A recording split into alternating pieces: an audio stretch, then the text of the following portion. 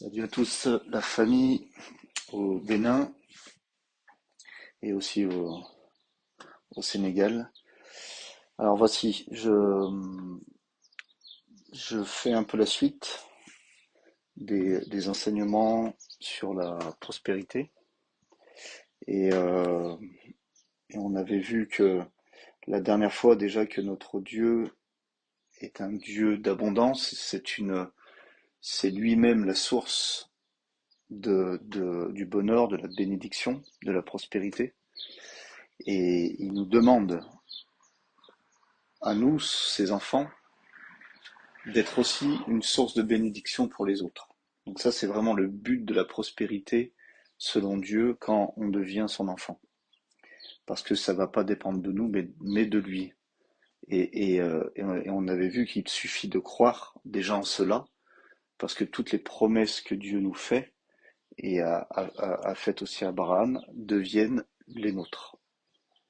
Voilà, et on s'était arrêté par rapport à ça. Que je vous avais dit de faire une proclamation qui était: j'ai la grâce de créer des richesses pour accomplir la promesse que Dieu m'a faite dans Genèse 12 et je serai béni pour être une bénédiction. Voilà, donc ça c'était la proclamation que on avait faite pour finir la dernière fois. Alors, maintenant, pour aller plus loin et vraiment en étant beaucoup plus concret, on peut se poser la question: comment établir son alliance? C'est-à-dire comment établir cette promesse qu'il a faite entre lui et nous par rapport à la prospérité. Une chose la plus importante au niveau pratique, c'est de financer l'évangile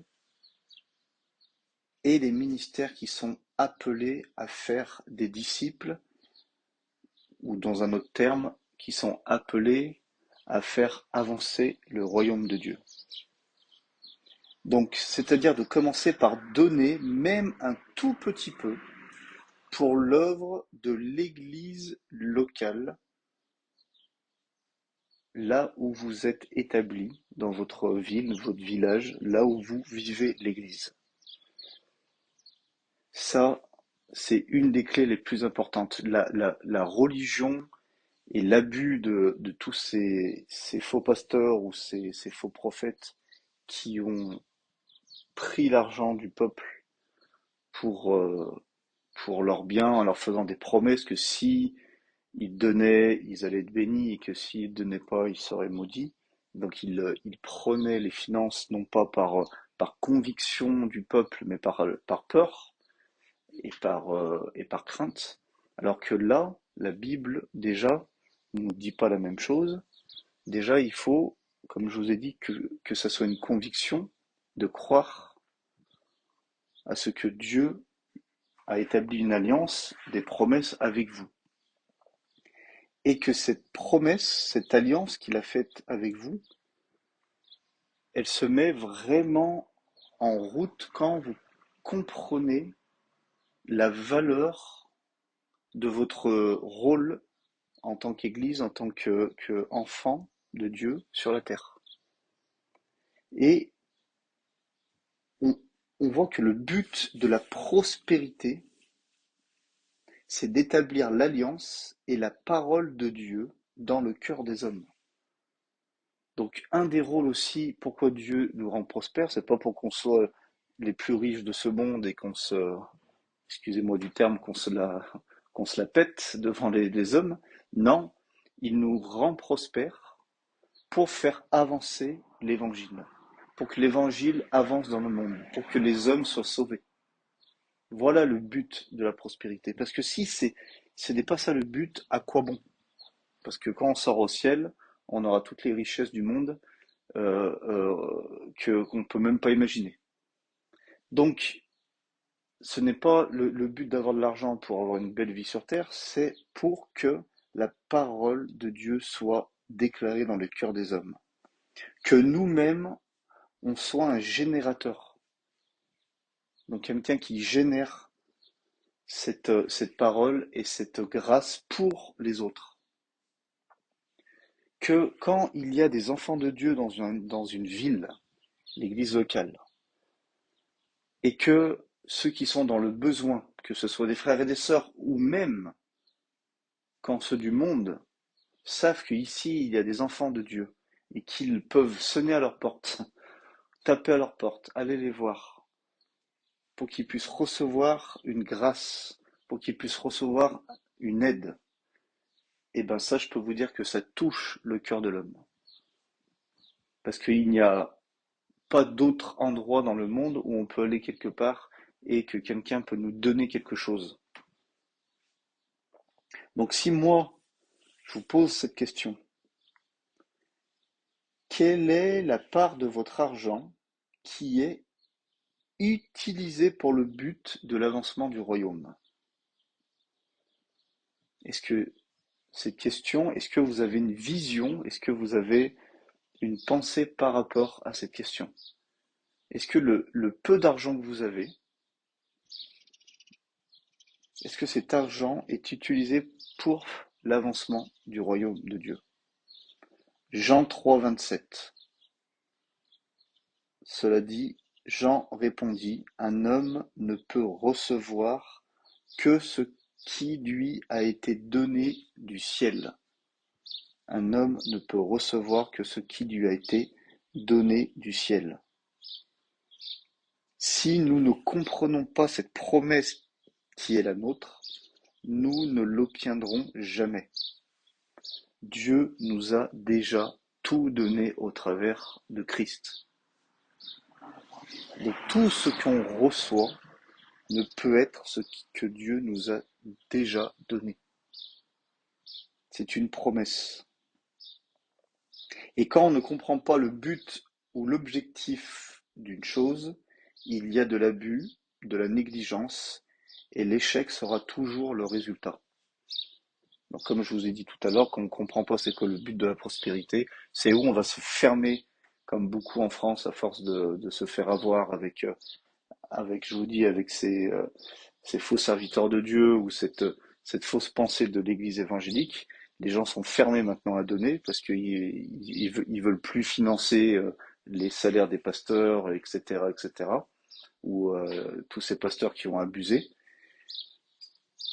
Donc c'est où on va être fermé, on va être dans l'abus de donner, donner tout le temps, parce qu'on croit qu'on va être plus béni, parce que Dieu va plus nous bénir, alors que c'est faux. On est déjà béni. Et c'est parce que nous sommes déjà bénis que nous pouvons donner. C'est là que la foi rentre en action. C'est parce que Dieu nous donne tout ce qui appartient au ciel, il nous donne, ça nous appartient. C'est quand on commence à croire en cela et qu'on va le mettre en pratique en prenant le peu qu'on a et on commence à le mettre dans l'église locale. Vous êtes 5, 6, 7, je sais pas, 10 personnes, et vous commencez tous à mettre un petit quelque chose tous les mois, ensemble, en commun. Pas pour croire que vous allez être plus bénis, parce que vous êtes déjà bénis et que vous mettez, vous prenez par la foi que vous mettez déjà cet argent de côté. Et qu'avec cet argent, vous allez pouvoir aider un frère, une sœur, ou pouvoir aider quelqu'un. Là, le processus, le miracle se mettra en route. Attendez pas d'avoir de l'argent pour donner. Donnez parce que vous en avez déjà. Donnez parce que vous savez que vous êtes déjà béni. Je vais vous donner le passage le plus important quand on parle de la prospérité. C'est 2 Corinthiens 9, verset 8, et qui pourrait être la définition de la prospérité dans la Nouvelle Alliance. Je le lis. Et Dieu peut vous combler de toutes ses grâces, afin que, possédant toujours en toutes choses de quoi satisfaire à tous vos besoins, vous ayez encore en abondance pour toute bonne œuvre. Donc là, on voit deux choses qui est très important. La première, c'est que la grâce de Dieu abonde dans nos vies afin de nous faire prospérer. La grâce de Dieu abonde dans nos vies afin de nous faire prospérer. Et posséder toujours de quoi satisfaire à tous nos besoins. Donc, La priorité de la prospérité est de répondre à vos besoins afin d'être jamais dans le manque, d'avoir toujours suffisamment, et cela est la plus grande crainte dans le monde, la peur du manquement, la peur de ne pas avoir pour le lendemain. Et ce n'est pas normal que cette peur et cette crainte soient aussi dans l'Église, que ce soit dans n'importe quel pays dans le monde. Là, comme je vous rappelle, la prospérité, ce n'est pas d'avoir le compte en banque rempli, c'est d'avoir cette foi, cette paix, que Dieu est la source de notre prospérité, la source de notre argent, et que c'est en lui qu'on vient puiser. C'est ça, la prospérité qu'il y a dans l'Église. Comprenons que la grâce de Dieu et les ressources célestes ne peut jamais s'épuiser. C'est là qu'on peut aller nous-mêmes chercher cette, cette, euh, cette paix de ne pas craindre, de ne pas avoir peur du manque du lendemain. Parce que la grâce de Dieu et les ressources célestes, les célestes ne peuvent pas s'épuiser. Donc on voit que Dieu dit combler de toutes ses grâces, on voit que la prospérité fait partie aussi de sa grâce, tout simplement. Sa grâce, ce n'est pas que l'amour, la guérison, la paix, la joie, toutes les promesses et héritages, c'est aussi la prospérité. Et on voit qu'à la fin du verset, on parle de posséder en abondance pour toute bonne œuvre. Selon la définition biblique, nous ne prospérons pas tant que nos besoins ne sont pas satisfaits et que nous disposons pas plus pour bénir les autres. Et cela n'est pas à cause de Dieu que vous êtes un mauvais chrétien, c'est juste un manque de révélation de notre identité ou un manque de foi sur les finances. Donc on commence à être prospère bibliquement quand on a assez pour pouvoir donner à quelqu'un, pour pouvoir donner et mettre de côté avec les frères et sœurs en tant qu'Église locale. Si nous demandons à Dieu afin de juste satisfaire nos besoins, nous sommes des êtres humains égoïstes. Donc osez demander à Dieu pour vous et pour les autres. C'est écrit dans la Bible et dans toutes les promesses. C'est-à-dire que si on demande à Dieu, si on croit que Dieu peut nous bénir, on croit que Dieu peut nous donner, pourquoi s'arrêter à nous? C'est vraiment aussi une révélation à avoir, un cœur à recevoir, de ne pas s'arrêter à nous. Être béni pour être une bénédiction. Ça, c'est dans l'Ancien Testament. Et dans le Nouveau, c'est recevoir suffisamment et plus. Ça, c'est le Nouveau Testament. Le cœur de Dieu n'a pas changé. Recevoir suffisamment et plus. Donc à chaque fois que le diable vous met dans une situation de manque, et on va finir par ça, demandez à Dieu une double portion, le suffisamment et plus.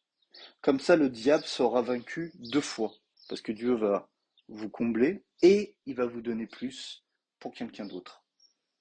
Donc le diable va réfléchir à 2 fois la prochaine fois. Donc ne jamais demander juste pour notre besoin.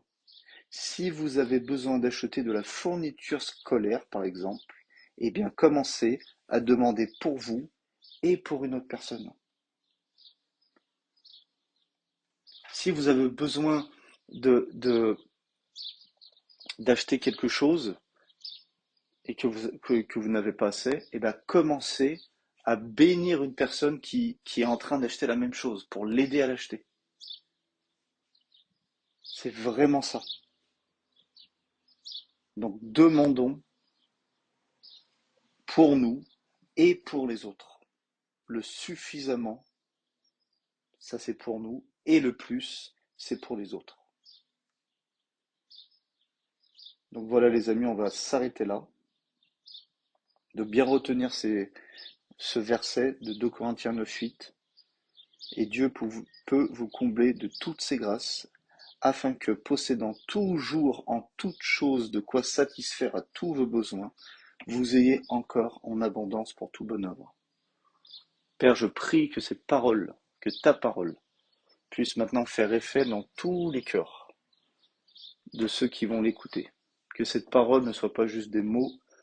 Tu dis que ta parole est ta puissance, elle révèle ton cœur.